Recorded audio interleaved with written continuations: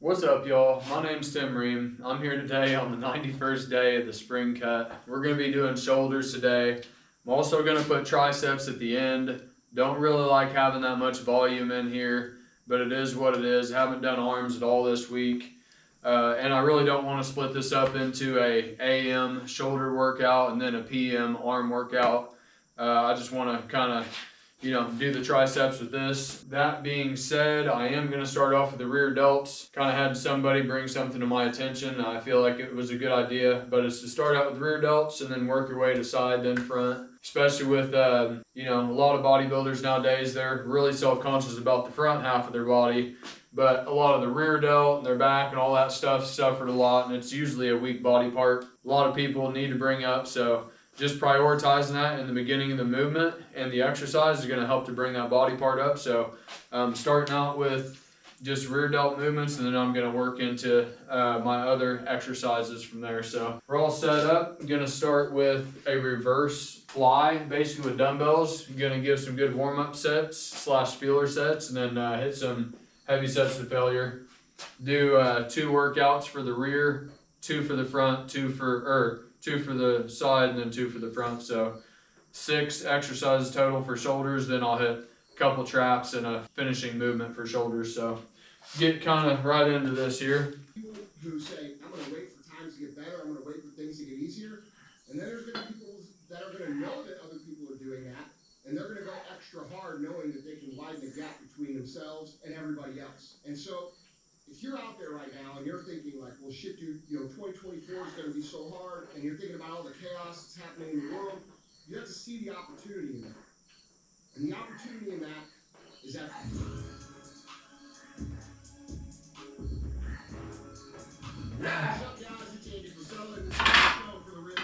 Actually, usually try to have about top 7, tops 8 exercises in a workout. This one's going to have about 10 in it. I'm going to try to cut down on that by doing at least 1 superset with that movement to collapse the time, but I'm going to be moving in pretty quick from one exercise to the next once I'm good and warmed up, just so I can squeeze those triceps in there. And actually, I like having a really brief and infrequent type of tricep workout, and you'll see that it's just, there's not a lot of sets, but it's just really hard movements. And I'm really taking it past failure whenever I do it. And it's just really, I'm just exposing my triceps to really heavy freaking weight, and but very briefly. Probably be done with them in 15 minutes total. So very, very best friend in the world.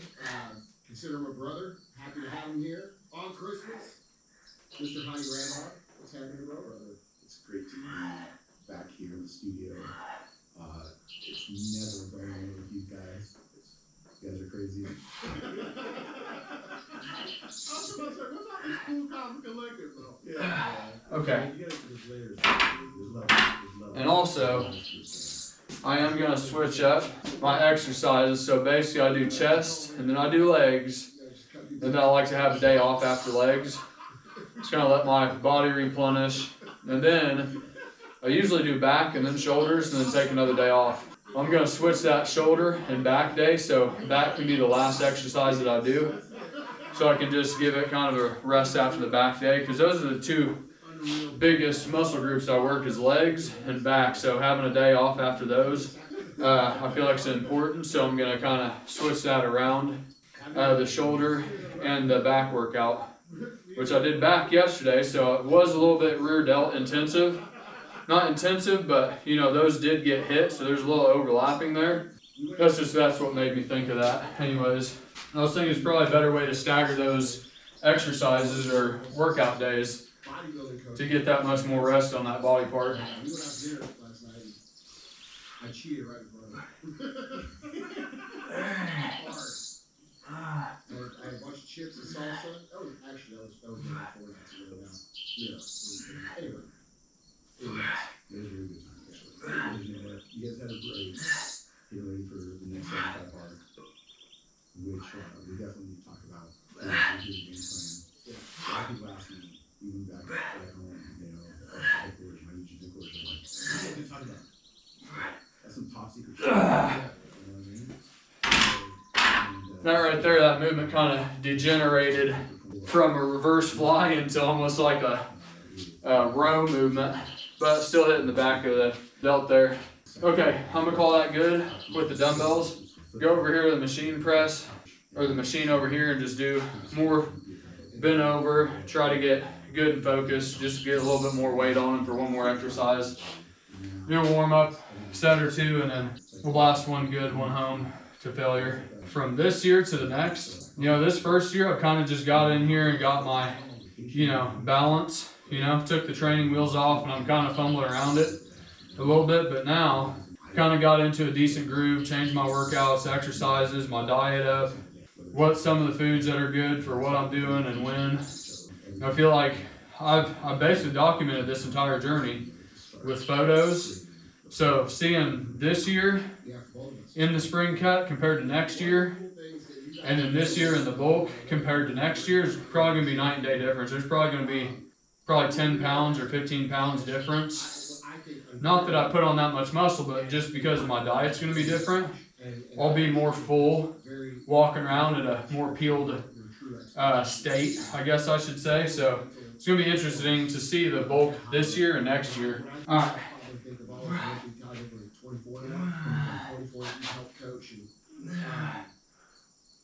You know, I think people think about that, but I don't think people think about you for what you really do, which is take the highest performing people and get them to think straight and get them their mind correct around winning and what it takes to win. And so, you know, one of the reasons I wanted to have you on a Q&AF, especially going into New Year, because this is our last episode going into 2024.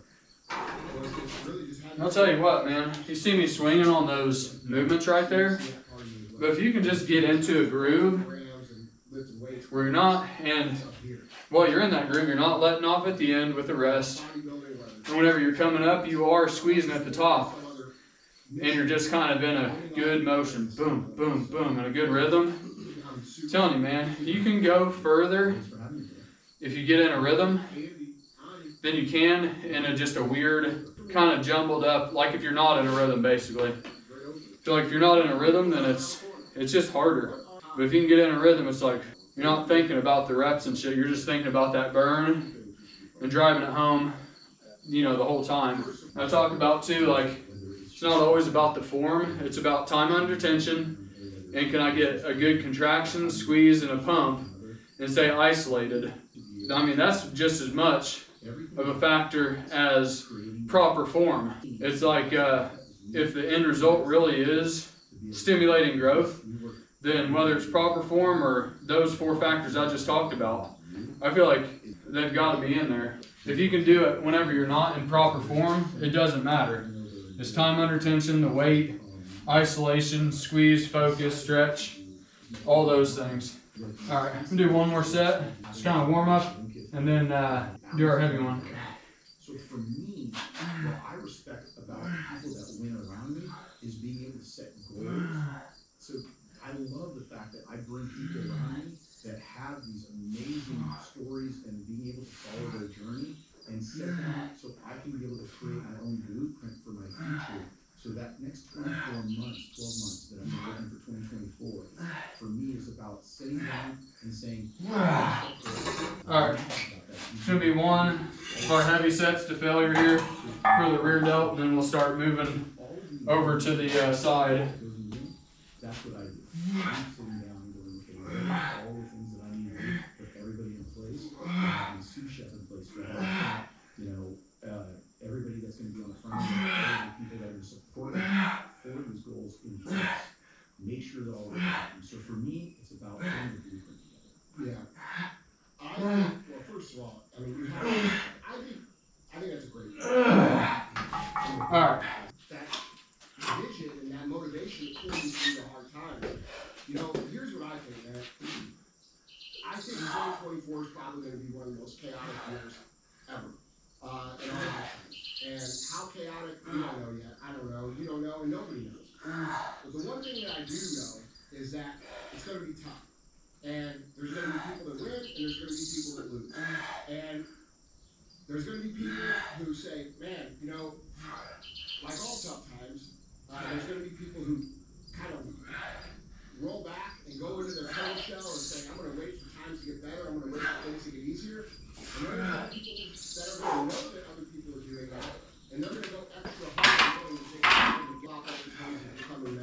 up, which is why the 75 hard program and the 1 hard program have become a central focus for so many people's lives, because it continuously sharpens the weapon that we go to battle with every day, which starts in our mind, flows through our body, and then goes out there. So my first piece of advice for anyone that's looking to make a change in 2024 is that simply start 75 miles on January 1st. There's a huge group of people doing it. 75 hard, make another commitment. You're going to see through to the end. But Good pre-exhaustion going right there.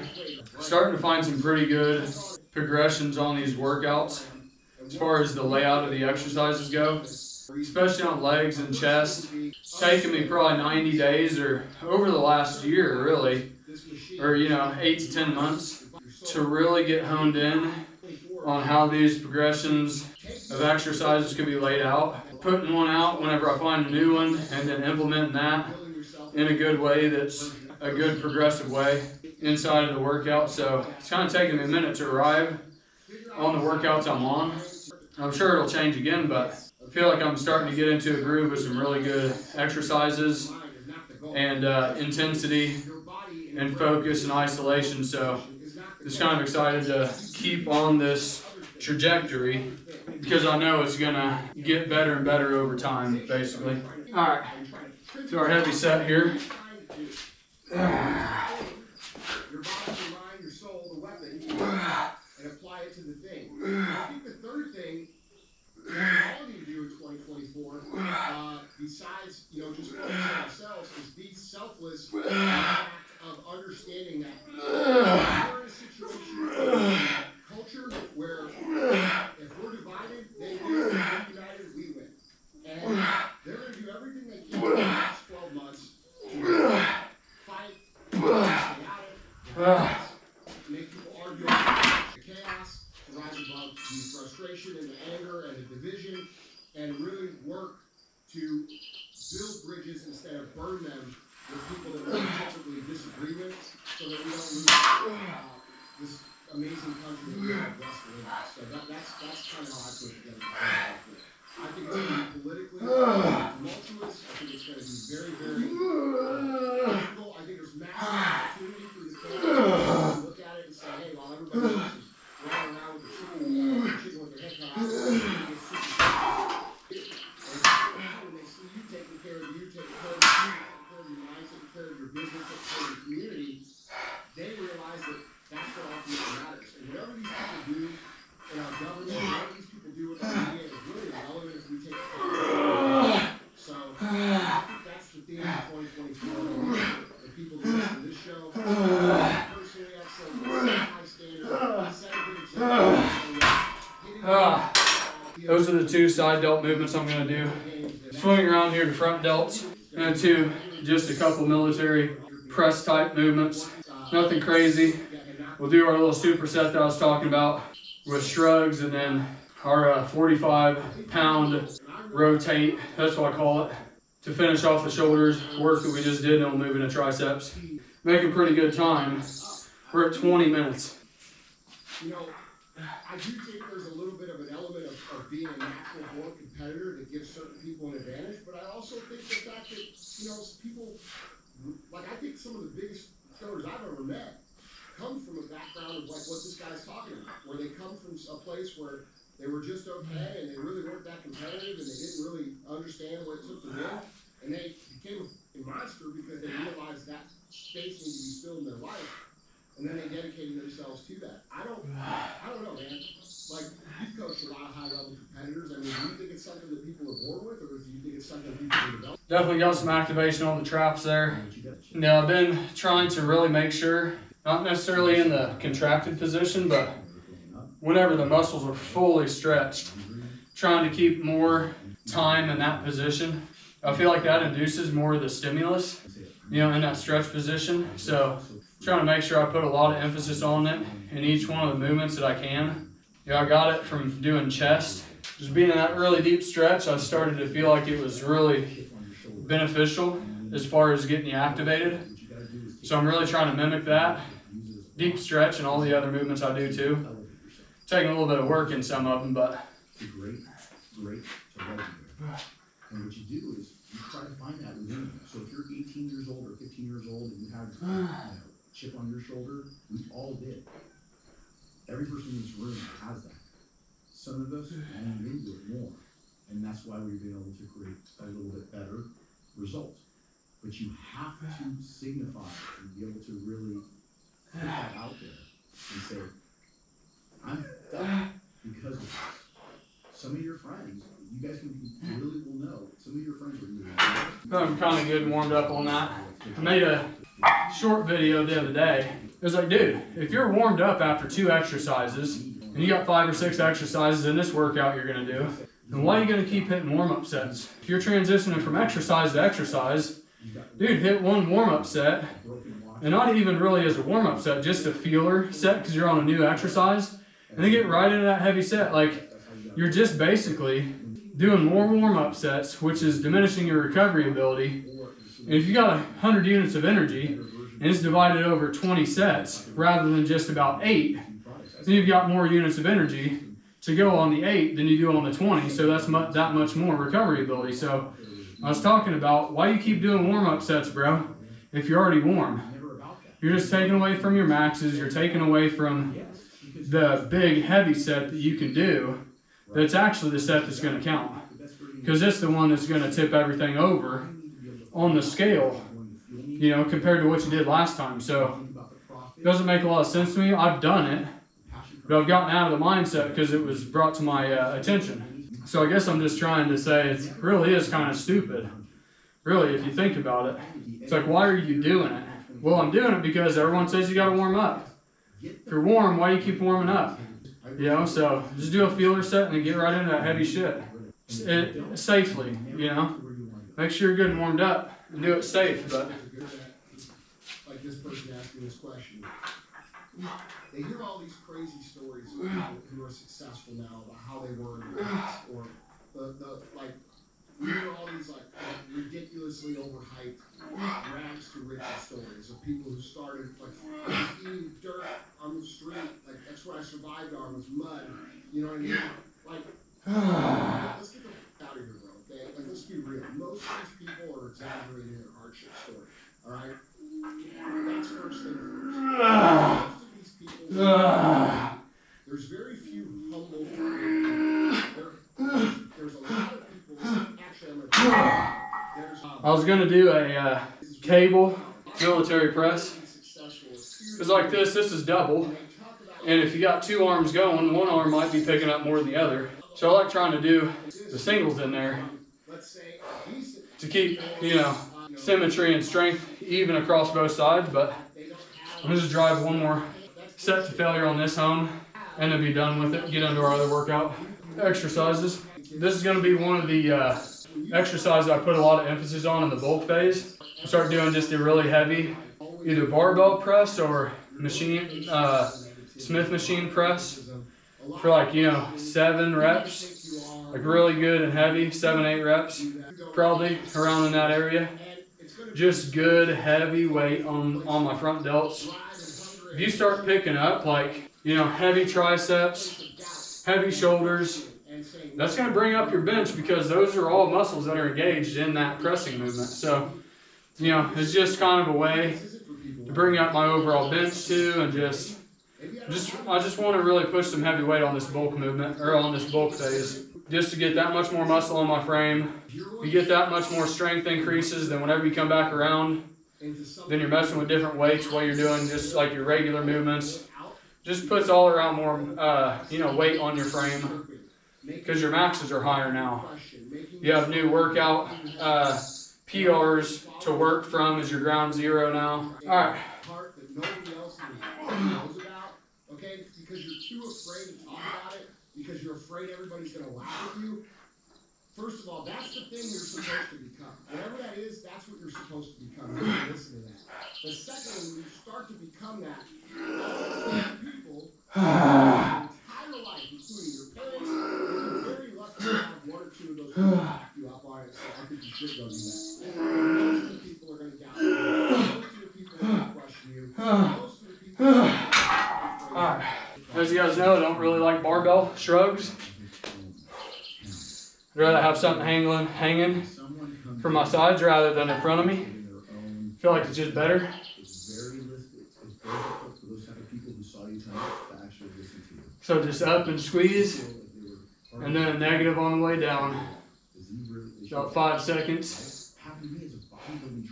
Into it, just an all-out relaxed stretch at the end. Kind of feel that burn in your traps. Right back up into that squeeze contracted position. And that negative. I just kept my blinders on.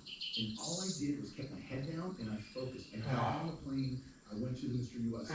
I went to the Nationals. I went to overseas. I did whatever I did, but I didn't look at all the people around me, and I wasn't trying to get them to be able to compete against me or vice versa. All I did was try to be able to go through. And once you really got that burn go for the double, and everything, you don't have to do those negatives as much if you don't want to, but it's more about, for me, just getting that burn and then driving it home.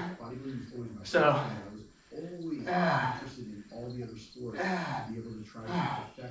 and another good variation of this movement too is just doing singles. I never went out to focus on people around me in my given area because they're always, I mean, to this day, if I go back and my wife store sells Evogen, First Form, Access Select, a billion different brands, all of our friends shit, and we do all of that. But what's funny is these people that are been friends with me for 20, 30 years, I'll never see them use my product.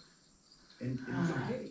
There's some people that, and they come over and they'll congratulate me on the wins and whatnot, but it's because it's hard for people to be able to actually absorb what your success is really, because it's a reflection of maybe what they want. And that's okay. You know, it's probably what?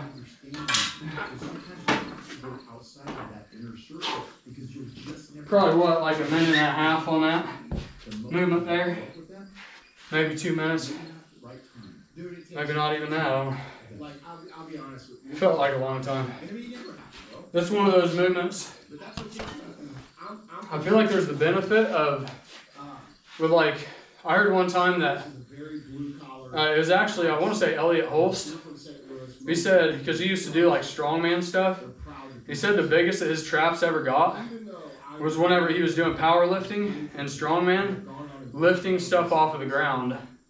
Maybe like your deadlift and grabbing those big ass rocks off the ground. So I definitely think there's something to be said for the isolation factor for traps.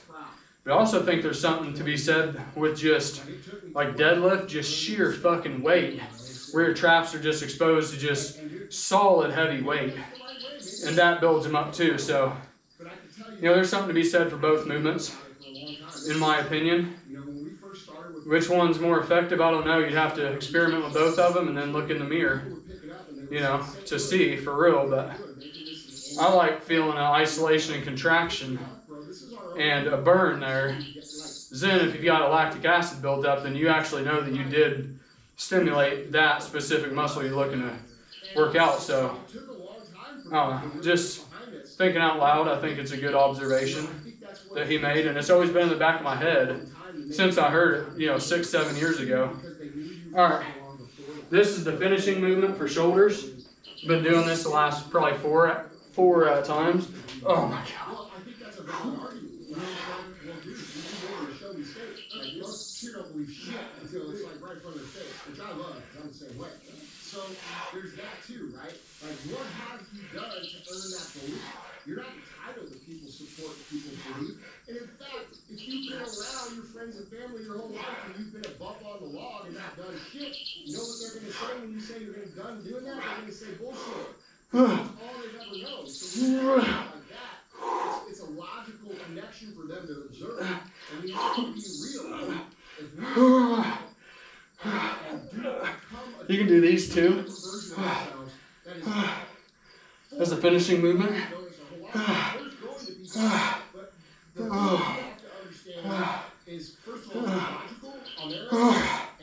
Alright, so that is the shoulder workout. Made a really good time on that. 33 minutes. That's a real good time. So I'm going to try to maybe drive home triceps for about the next 15 minutes. We'll be out of here. I would like you guys to just notice the sheer weight that I put on the last couple movements and how hard they are. Get the idea in your head of just exposing your triceps to really heavy weight for a very short amount of time and not very many sets. But those ones you do expose yourself to, make sure you go past failure with some assisted reps with, probably, 3 or 4 assisted reps past failure. You'll see what I mean whenever I get on them. What are you talking about? I'm here, dude. I'm from here. You don't want us to win? And then I went out and did everything I had to do, and I needed that fuel. So if you look at it, like I think if you look at it from the other side of the mountain, right? Once you climb it, you have a different perspective on it. The perspective I have on it now is like, dude, I'm kind of thankful because that pushed me to continue. You know what I mean? So at the end of the day, dude, we have to use these doubts, these criticism, this negativity, and this disbelief as fuel for productive action.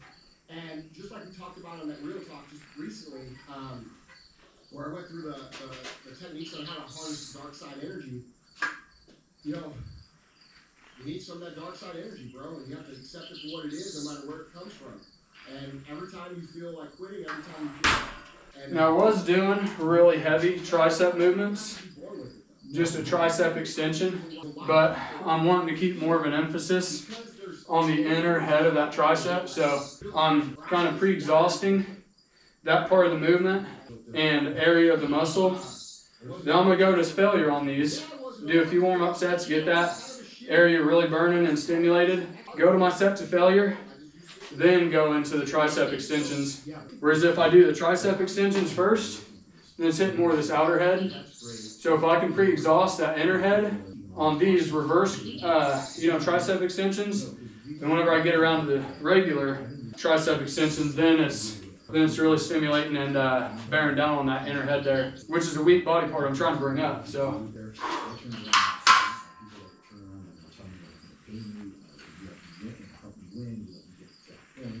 I helped you get contracts, this and this, helped do all the different things. And then I still got them. Because I said, you know what, it'll come back to me in spades in other ways. You just gotta believe. The reason why it's going to take everybody longer than what you expect is because God is going to teach you humility. And if you get that too soon, you won't have the humility. You won't have the maturity to understand. Oh man, that feels good.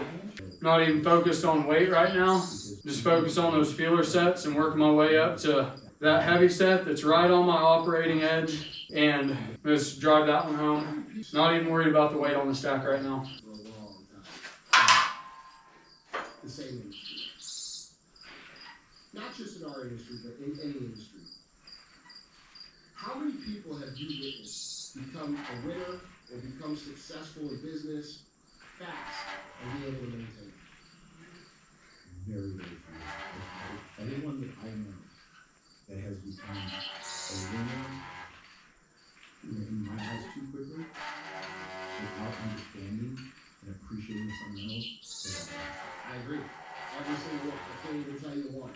And so the reason I ask you this is because this is one of the most successful coaches of all time for high-performing individuals. Okay, I'm also pretty respectable in that area. I built the world's largest mental special. Bump up weight just a little bit. This is kind of a heavier exercise or movement for this body part here.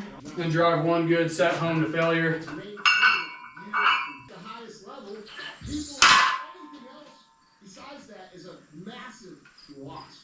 It's an embarrassment. You're the worst ever. You could win the Super Bowl 2 years in a row. Oh my God. Third year, you're a piece of shit. So once you achieve this high level of success or this greatness, it's about maintaining it. You can't maintain it without the struggle. It takes years and years. So, Too much, too fast. Okay? But it's because for 15 years before that, I got my gas beat. Yeah, and everybody wanted to convince you I have 2 more to prove. You know what I'm saying? So we got to become these people who are willing to take in. Like, bro, I love when people doubt me. I love when people, you know this about me. I will do the worst thing you can do if you can do with me is to talk some shit shit to me, bro. No, it's the best thing they can do because it actually gets you to actually get It's off the your best thing for me. Yeah, it's the worst thing for them. Yeah, right. It is the worst thing for them. And I'm just gonna tell you, I know a lot of competitors listen to this. Alright. It's the best thing you. And this right here is kind of my finishing movement. Yeah, been doing 2 arm movements. You got probably 1 arm, your dominant hand probably pushing a little more. But with a single arm movement, then you get that, you know, even strength gains across the board. Plus, you can just go past failure because you're helping yourself take those just couple pounds you need to off as the reps increase and you get more tired and tired as you go along. So drop weight on this. Might do a drop set on this, just depending on how I feel after I get done with this set here. Nobody believes in me. What the f do I do now? Oh, I take all the motherfuckers that don't and I chew the shit up and I go hard as f. And that's what you gotta do when you don't have anybody who believes in you. So, you know, I just choose to show people that that's okay. You know, and I like that. I'm a warrior. I like slit throats and stomping on the bases and all that shit, bro. But I'll also be the first guy to pick you up, dude, after I stop you. You know what I'm saying? I don't know. But you're not weird. You're not weird. This is what makes you Pretty much did all the weight on that last one there. along and being able to build something as good as you have. It's a lot of these people that are listening, you need to understand that they want these tools. They're coming back to this podcast, they're coming back to this YouTube page, and they want to be able to take pieces of this away so that they can make a better version of themselves. So tell me this right now, what can we share with the audience to start out this 2024 new year that we can be able to get them to be able to make the best version of themselves?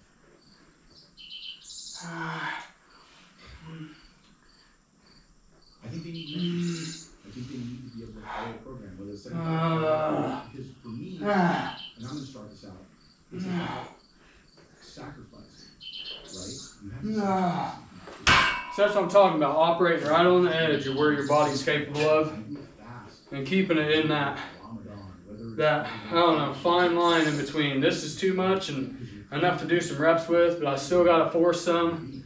Like right there, dude. If you can find that weight on all the different exercises, within all of the muscle groups, shoulders, chest, all of that stuff, dude, you don't have to do a lot of those sets. You want to talk about going into the red line area? Dude, if you find your failure point, and then, which is like the speedometer, or the RPMs on your car, you got that red line, you can dip into that. That right there is what tells your body, oh shit, dude, like this is a new force that we haven't encountered. This is something I'm going to have to produce growth to for the next time. So it's really about those few reps right there, man. And operating right on the verge of what your body's capable of and not capable of. I'm going to do one more drop set here just to kind of fucking drive it home a little bit. Nothing crazy. Just one more for each arm and then be done with it. What to do. It's the ability to do it. Every single person listening to this podcast knows what the they need to do to become a better version of themselves. You need to eat better, you need to train, you need to put good shit in your brain, you need to make sure that you're, have a good, productive mission in your life, a purpose in your life, you gotta have good relationships in your life. We all know these things. We gotta eat less than what we burn, you know what I'm saying? Like, we gotta, everybody knows these are basic. The problem is never the plan. The problem is you can't stick to the plan. So the problem which you have which is your ability to adhere to anything that you set out to do. Now you become an unstoppable weapon. Now you become someone who can achieve anything they set out to do. And that's what the Live Hard program is about. It's about continuously fine-tuning your mind so that whatever plan you make outside of the realm of the program is achievable because you can follow it. Okay? That's a superpower. And if I could take that person who's afraid to look in the mirror or doesn't go to the pool on the weekends at that because they don't want to. All right, guys, that was a brief and infrequent shoulder and tricep workout. Again, this was day 91 of the spring cut. Spring cut's going good. Didn't really get into much diet and nutrition stuff this time. We'll get into it more as the days progress, whenever it's on the top of my mind. But anyways, I appreciate you guys who are following along with me, engaging with me in the comments. If you guys like the way that I take you through the workouts and just how, you know, I break them down and all that, I just ask you to please share, like, and subscribe. For you guys who don't like it, that's cool too. We'll part as friends. I have left my email in the About section of my YouTube page. I'm going to start extending some of my knowledge to you guys. So if you guys want to reach out to me in an email for diet plans, get your macros right, or just kind of training, you know, regiments or whatever, feel free to hit me up or in the comments or something. So I appreciate you guys, and that was day 91. All right, I'll see you guys.